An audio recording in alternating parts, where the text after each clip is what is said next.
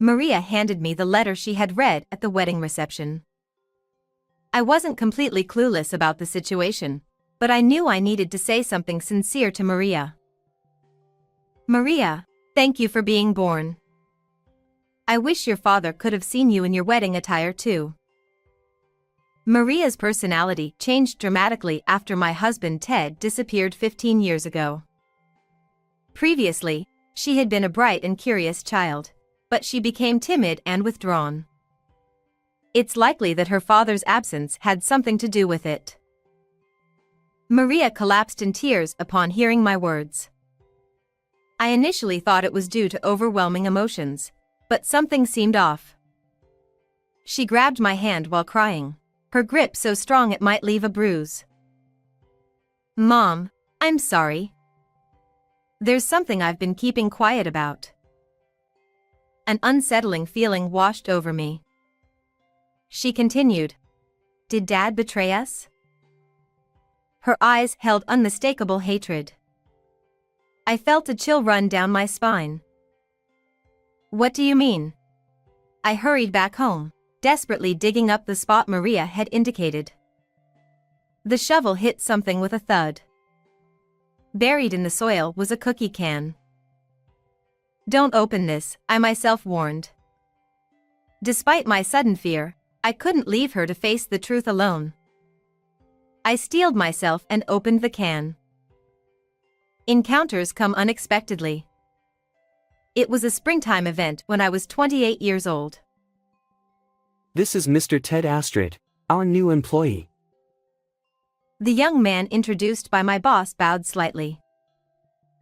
Starting today, teach him everything he needs to know. With those words, he promptly headed to the meeting room. I'm Sophia Barlow. Let's start with the basics, and feel free to ask anything if you have questions. His gaze is fixed on the name tag on my chest. Are you listening? Ted? Just as I was about to pay attention, he turned a friendly smile toward me and said something unexpected. Miss Sophia Barlow, that's a very beautiful name. Being told this by a new employee, who was not only meeting me for the first time but also 10 years younger, caught me off guard. Oh, I'm sorry. I blurted out something embarrassing, didn't I? He looked more embarrassed than I did and took a seat at the desk next to mine. Seeing his profile, I noticed that his ears were bright red. Perhaps he wasn't such a bad guy after all. However, as someone in a supervisory role, I felt anxious about the initial words directed at me. Would he perform his duties properly?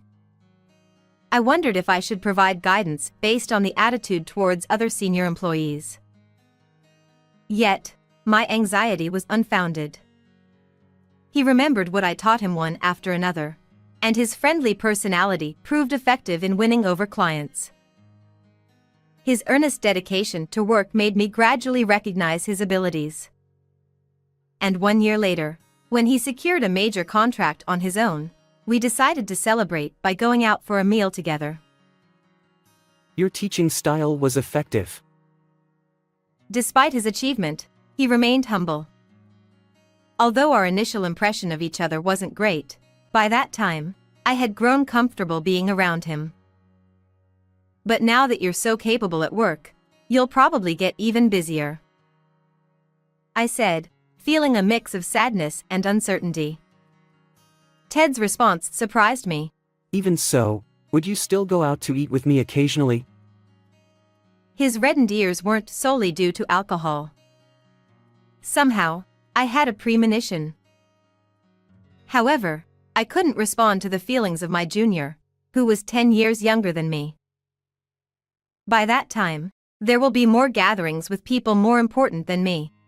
I tried to evade, but his gaze was serious. Ms. Barlow, I'm serious. He leaned forward. We locked eyes for a few seconds, and I nodded. It wasn't just swept away by his momentum. Somewhere deep down, I was drawn to him. Ted Astrid, the man who would later become my husband. Things were going smoothly, and I got married around the time I turned 30. After that, we were blessed with a daughter, and the three of us lived a happy life. Or at least, that's how it was supposed to be. I'll never forget that moment, spring when my daughter Maria was 5 years old. After putting her on the kindergarten bus, I was chatting with a neighbor when my phone rang. It was a call from Mr. Johnson, my former boss whom I had only met through my husband Ted's stories since I quit my job before Maria's birth. Hello? Miss Barlow, no, I mean, Miss Astrid. Mr. Johnson's voice came through the phone.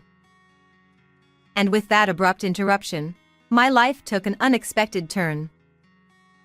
I'm glad to hear you're doing well. By the way, I haven't been able to get in touch with Ted. Do you know anything about him? What? Ted was supposed to be in Hong Kong on a business trip for the past 3 days. According to my former boss, he had not been on a business trip and had not come to work since Monday of that week. Anyway, you can try to get in touch with him yourself. With that, he hung up the phone. Recently, Ted had been complaining that his business trips had increased. Every time he did, I would comfort and encourage him. After all, just having you listen to me makes me feel at ease. I feel all wrapped up and warm. Thanks for everything. He had said such a thing.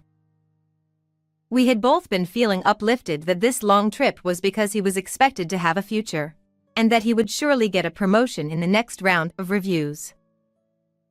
Where in the world had my husband, who had taken Monday off to pack for the next day's insistence, gone?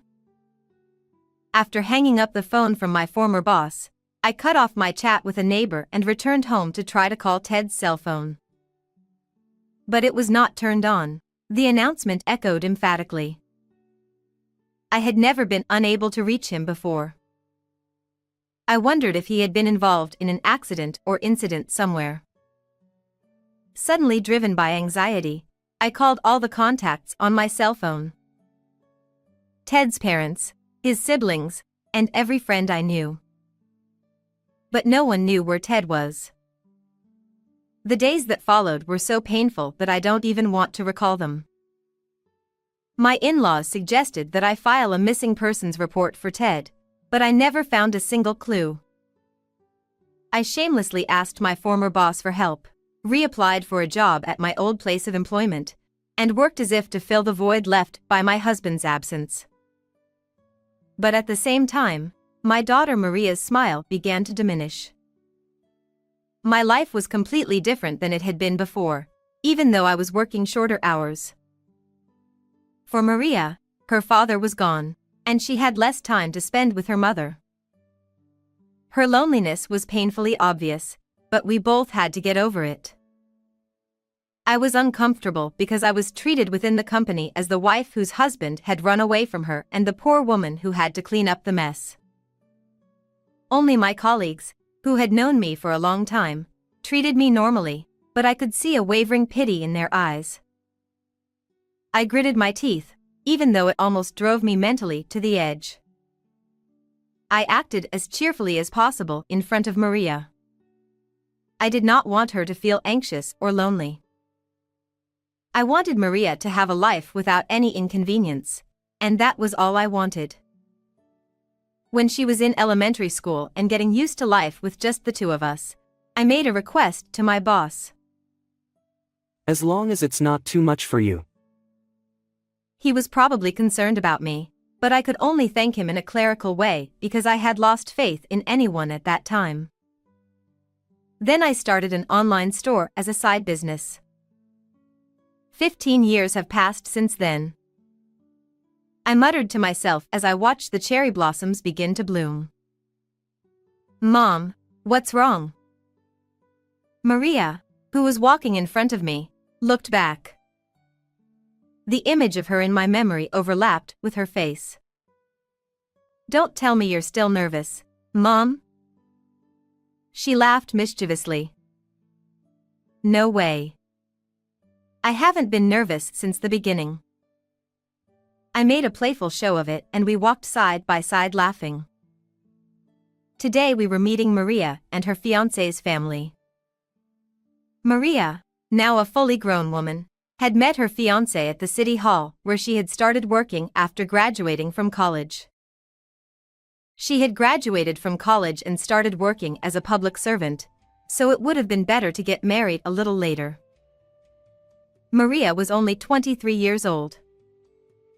The day I was first introduced to him, I blurted it out, but Maria said it matter-of-factly. "Even you had a gut feeling when you married my dad, didn't you?" I had a complicated feeling as my own black history was dredged up, but it was indeed true. No matter what anyone says, I will marry this man. Once I made up my mind, I would go straight ahead. Her character was just like mine. If it looks like you're going to fail, come back to our house as soon as possible. It won't come to that. We enjoyed such conversations many times during the days leading up to the wedding. A few months later, Maria's wedding took place. I watched from a distant seat as my daughter was surrounded by many congratulations. Toward the end of the reception, it was time for the standard bridal letter to the parents. I thought I had told her I didn't want that part because it was too embarrassing. Even though she had said she wouldn't do it either. I couldn't have tears in my eyes in front of so many people. No matter how much sympathy and comfort I had received since Ted's disappearance, I had come this far without crying in public. Let me play the strong mother who never cries, no matter what, until the very end. With such determination in my heart, I stood on the stage without any prompting. To my beloved mother. Maria began to read the letter. She began by telling me about the time when Ted was still around, how she missed him when he disappeared and she had less time to spend with me, how she started helping me a lot to support me when I was absorbed in my work, her adolescent rebellion, and how grateful she was to have lived an unencumbered life through high school and college. All the events described in the letter, and more than that, the casual days we spent together, came back to me as if it were only yesterday. I will never cry. I made eye contact with Maria and was about to laugh with her, as we both always do, when Maria's voice stopped. I looked at her and saw my daughter crying in her beautiful wedding dress. Seeing her again, she was so beautiful, I felt as if she were a different person. Maria was so young and had always remained a child in my mind. But after today, every day will be different from the one before. When did she become such a beautiful and wonderful lady? I can vividly remember everything that has happened, but she seems to have already gone beyond my reach as she cries while reading my letter to me. Then suddenly tears spilled from my eyes. And they poured out one after another. The tears were a mixture of being proud of my daughter who had become a full-fledged person, wishing her eternal happiness, and feeling the loneliness of being alone in the future. After the wedding reception was over, I made my way to the bride's waiting room. Maria, who was taking a break, came running up to me. "I never thought you would cry, Mom." In all the years we had lived together, I had never cried in front of her, no matter how painful it was. She seemed surprised that I had cried. "I told you not to read your letter to me." To hide my embarrassment, I intentionally pretended to be angry. But Maria, who usually gets into my groove, had a mysterious look on her face. Then she handed me the letter she had read at the reception. I am not so air-headed as to make a joke here. I must say something to Maria in all seriousness. "Maria, thank you for being born. I wish your father could have seen you in your finest moment." After Ted disappeared, Maria's personality underwent a drastic change. Before that, she was a bright and curious child, but she became timid and withdrawn. It was likely related to her father's absence. She wondered if she was an unwanted child, if her existence was the reason her father was no longer there. To avoid feeling unnecessary or unwanted, she began to carefully observe people's reactions and moods. Once Maria realized this, I showered her with affection, ensuring she didn't feel anxious. By the time she reached adulthood, she had returned to her cheerful self. Today was a special day for her, and I didn't want to see her sad. I hoped she would focus on the future rather than being trapped by the past. For me, Maria's birth was the greatest happiness. Surely, her father, who lives on in Maria's memories, had eagerly awaited this day. That was the message I desperately wanted to convey. However, when Maria heard those words, she suddenly broke down in tears. She seemed to be deeply moved, but something was off. While crying, she gripped my hand with such force that I feared it might leave a bruise. "Mom, I'm sorry. There's something I've kept silent about for a long time." An unpleasant premonition washed over me. I didn't want to hear what came next. But my hopes were dashed. Maria slowly revealed the truth. "Mom, did Dad betray us?" Her eyes held unmistakable hatred. I felt my blood run cold. "What do you mean?" Even if it were true, how did Maria come to know such a thing? Of course Maria understood that Ted had disappeared, but where did he go and why was he gone? I didn't even know those things. For a long time, I wasn't sure when to tell you. But I didn't want you to be alone with the secret once I was gone. Apparently, the secret was buried in a flower bed in the garden of the house. I'm sorry I didn't tell you until today. At that moment, the groom came into our waiting room after changing his clothes. He was surprised to see Maria crying in pain because she was so sorry for me. I understand. It's okay. After briefly explaining the situation to him, I left Maria to him and ran out of the room. It takes 20 minutes by train from the hotel where the wedding was held to my home. Without caring about my appearance, I ran to the station and squeezed through the crowd to catch the train. The train felt slower than usual. I tried to calm my frustrated self multiple times, but it didn't work. Even after getting off the train, I continued running and finally reached home. Despite being out of breath, I desperately dug up the spot Maria had specified. The shovel hit something with a thud. Buried in the soil was a cookie can. I knew I shouldn't open it. Suddenly, fear gripped me. But I couldn't burden Maria alone. I reminded myself not to avert my eyes from the truth and opened the can. Inside were several photographs. Ted and a heavily made-up woman were captured in each one. As I examined them, I discovered intimate photos of the two entangled in passion. Instinctively, I looked away. Could this be the reason Maria mentioned for Ted's disappearance? For a while, I remained crouched in the garden, unable to move. Why would something like this be buried here? The cold night air still enveloped me. The next day, when Maria returned home, I asked her for the truth. It came from Dad's desk. Was it the same desk we had kept in the house for a while after Ted disappeared? I had thoroughly searched it for any clues.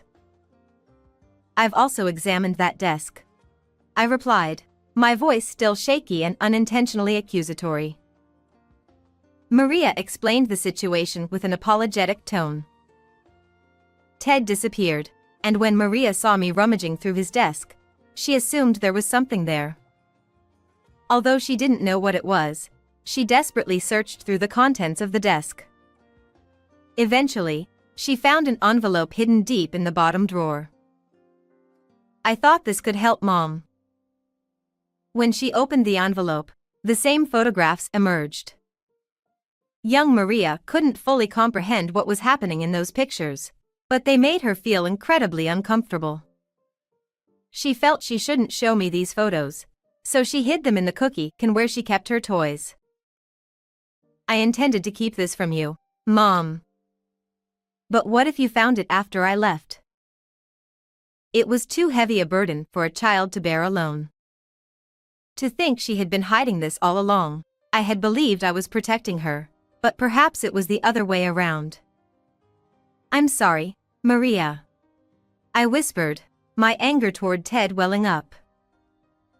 To leave such cruel evidence for the family I abandoned. It was a feeling of boiling anger at his irresponsibility. Even if I let my emotions take over in anger, nothing would begin. No, in this case, it should end properly.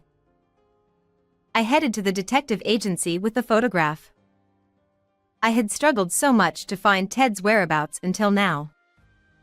But based on that photo, the detectives easily pinpointed Ted's location, a tower apartment towering near a certain station, visible in the photo.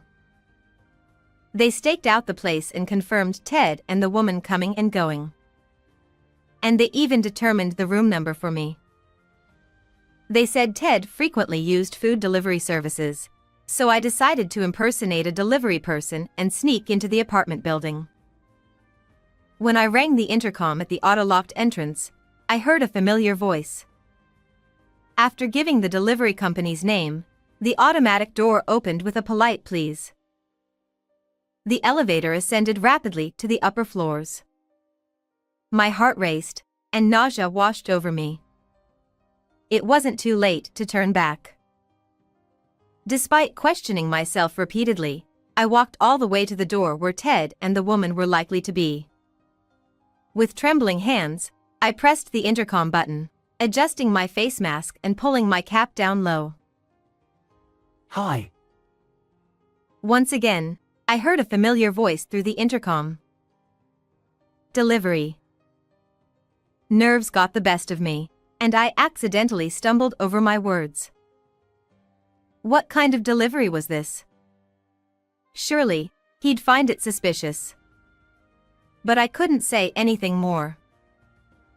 What should I do? Just as I considered fleeing, I heard the click of the door unlocking. Did Eve order something, I wonder? The face that appeared on the other side was unforgettable. Though my memories were frozen in my 20s, there was no mistaking the man who stepped out, my husband, Ted. He still wore that friendly smile from back then. Ah. My voice slipped out, but Ted didn't seem to recognize me yet. Ha! What is the delivery? Ted glanced around me, noting that I only carried a shoulder bag. And then... What's going on, Ted? A nearly half-naked woman emerged from behind Ted. This was her, Eve McEnroe, 49 years old. Her parents seemed to be rich, and she lived an elegant life here. I recalled the information the detective had given me. She was the woman Ted had been living off since his disappearance. Seeing her face, I regained my composure and anger. I removed my face mask and cap, then addressed the dumbfounded pair. I'm Sophia Astrid. Ted Astrid's wife. Ted stared at my face for a moment, then... Ah! He let out a panicked scream and fled deeper into the apartment. Oh dear. As I watched Ted's retreating figure, Eve stood before me. How bold of you to claim to be the wife of a man you haven't seen in years.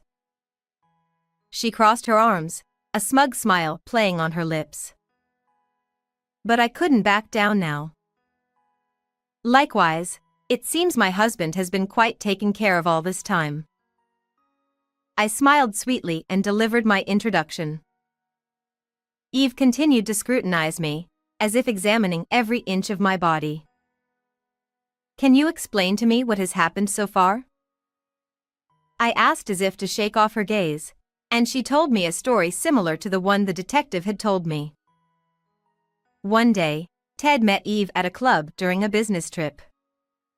Impressed by him, Eve brought him to her apartment, which also served as her villa. After that, Ted returned to our home where Maria and I were waiting, seemingly unfazed. However, he started visiting Eve frequently. Gradually, Ted became enamored with Eve's wealth and the pampered lifestyle she provided. Since leaving us that day, he has been living under her care. He no longer resembles the responsible, dignified man he once was. Are you here to reclaim Ted? Her nonchalant tone irritated me. I replied, No, I don't need him anymore. I just have one last thing to do as his wife. Eve cocked her head. My husband, Ted Astrid, and Eve McEnroe. I would like to charge you both for alimony. Eve nodded her head without changing color. How much compensation are you seeking? With a provocative glance, she continued, Name your desired amount. But her expression changed when I uttered the next words. Oops, sorry, the name McEnroe belongs to your family. Miss Field, I'll also consult with Mr. George Field, your husband. With that, I left, knowing that revealing Ted's existence could cause a major scandal. The impact on Eve remains uncertain, but surprisingly, my strategy worked flawlessly. With that, I bowed my head and left the place. I knew from the detective agency's research that Eve had a husband. I heard that he was married to her for political reasons, but if this became known, it would be a serious problem. How much effect this fact would have on her was unknown, but it was surprisingly effective. Don't tell my husband. Eve's cries echoed through the hallway. But I didn't look back and headed for the elevator. She was almost half naked and did not follow me until she ran out into the hallway. I exhaled heavily as the elevator headed toward the ground. Then I walked out and stretched out. Ah, that felt good. People on the street looked at me, but I didn't care. I looked up at the clear blue sky as I made my way to Maria's new home. Through a lawyer, I was able to dissolve my marriage with Ted. Of course, I demanded alimony from both him and Eve. It seemed that Eve's husband and parents chose to sever ties with her. Despite being a well-bred daughter, she had deceived a younger man using her parents' wealth, even though she was already married. Such behavior would have caused significant damage to their prestigious family reputation if it became widely known. Although Eve initially showed willingness to pay the alimony amount I desired, I received more than the court-ordered sum in my account. It appeared that there was not only my remuneration, but also the giving and receiving of money to other people. Where did Ted, abandoned by Eve, who was cut off from her family by her own actions, disappear to? Despite the outstanding alimony owed to me, I had no desire to find out his whereabouts.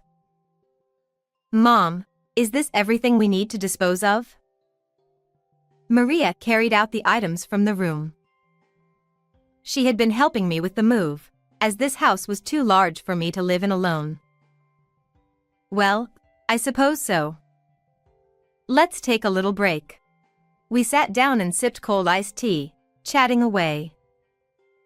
You know, Mom, there's something else I've been keeping from you. I nearly choked on my iced tea. We don't need to discuss that anymore. But Maria's expression remained calm, and her hand rested on her belly. Could it be? I wondered. Yes, Maria was carrying new life within her. And there's one more thing. I saw Dad the other day. She spoke matter-of-factly. During a trip with her husband, she spotted Ted walking around, looking disheveled. It was a 3-hour bullet train ride from here. He must be struggling, but honestly, I didn't feel any desire to help him. I couldn't even believe he was my dad.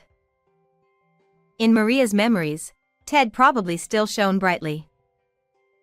I stood up, wanting to change the subject. All right. Let's put that topic to rest. Back to cleaning. Maria, get rid of anything unnecessary. If only memories and emotions could be discarded as easily. With those thoughts, I continued tidying up the room. And 2 years have passed. Maria's family visited the house I use as both an office and a home. Grandma, your business still seems to be thriving. My granddaughter, still unsteady on her feet, toddled over to me with outstretched arms. Memories of Maria when she was little flooded back, but I pushed away the darker ones. More important than painful memories of the past was what lay before me now. There was no time to dwell on unnecessary things. We still have many joyful and brilliant memories to create. How did you find this story? Don't forget to subscribe to the channel. Until next time in the next video.